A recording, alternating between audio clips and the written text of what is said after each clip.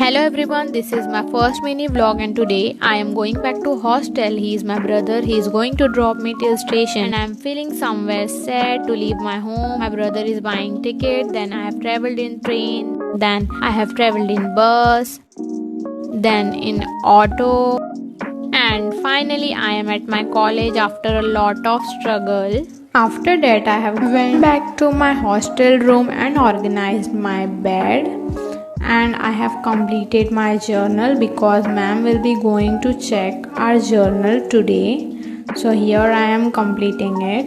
Then quickly I went to attend practical.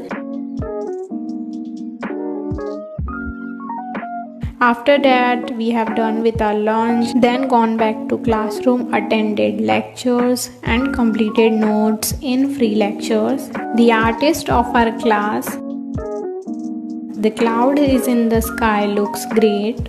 Then we drink tea and have some snacks.